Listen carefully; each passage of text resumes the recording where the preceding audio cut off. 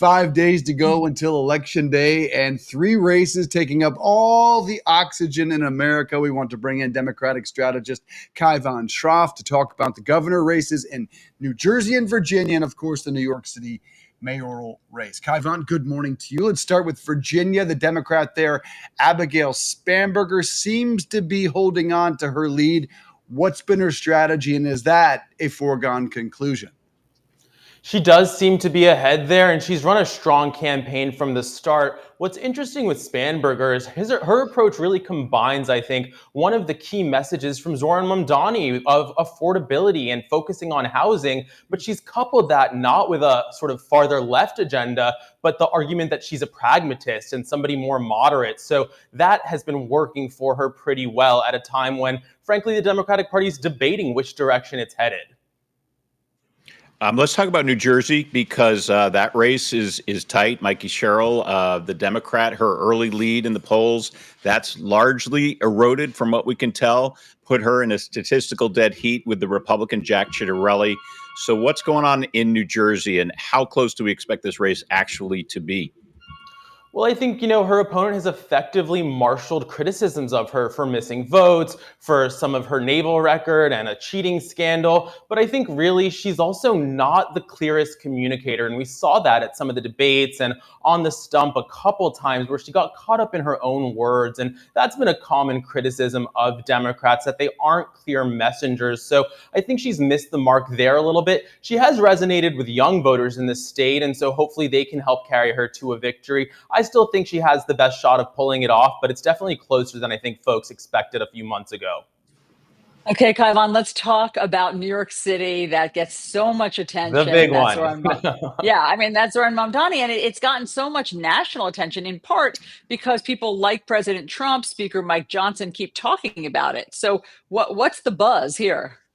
Yeah, look, he's on track to win. I think people are focused on, is he going to hit that 50% threshold? Is he going to break that to have a real mandate that he can argue folks should come in line behind him? Because this has been a pretty brutal primary for him. As weak a candidate as Cuomo was and Sliwa was, they really did land some punches, especially at that last debate. And frankly, a lot of Mamdani's agenda is so ambitious and frankly, not really feasible given the structure of how the state funds the city here, and a lot of those decision making go through the assembly. So he really needs that momentum, and I think he's actually alienated some of his strongest supporters even on the left by distancing himself from the national DSA platform, by saying he wants to keep on the popular New York Police Commissioner Tisch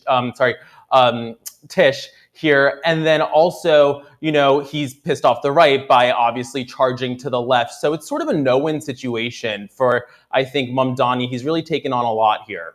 Yeah, the race looks like a foregone conclusion. The question moving forward, will Republicans make Mamdani kind of the symbol of the Democratic Party, and how will they push back on that narrative?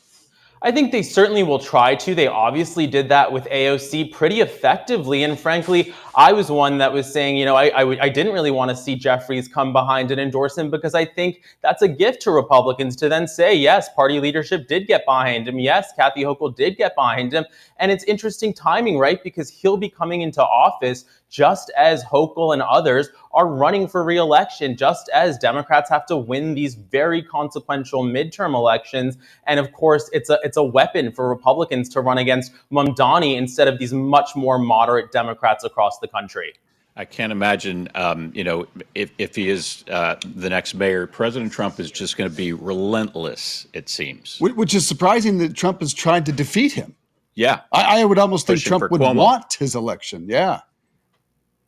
I sort of agree. I think although Trump has drawn a lot of comparisons with Mamdani, it's actually Trump, right, that's taking 10% of Intel and talking about a federal pharmacy. So that's interesting to see. But I think what we're really seeing here is people leaning into populism on both sides of the political spectrum. Sort of, Trump kind of gets away with sounding like this anti-elite voice, despite the clear irony there on the right. And then Mamdani's brought that back on the left, some sort of the echoes of Bernie Sanders. And so I'm not sure it's good for the country that that's where we're headed, but certainly it seems like both parties are trying to figure out what to do with that sort of energy. And obviously we have Maine to talk about in a couple months as well. Big debates there happening in the party. Yeah. Well, Kaivan Shroff, thank you. Great to see you. Great to see Thanks for you. all the insight. Yeah, we'll be watching very closely. Guys, I voted yesterday. So did I. Yeah. I'm going to vote today. I'm going to early vote today. Yeah. Right after Good. this.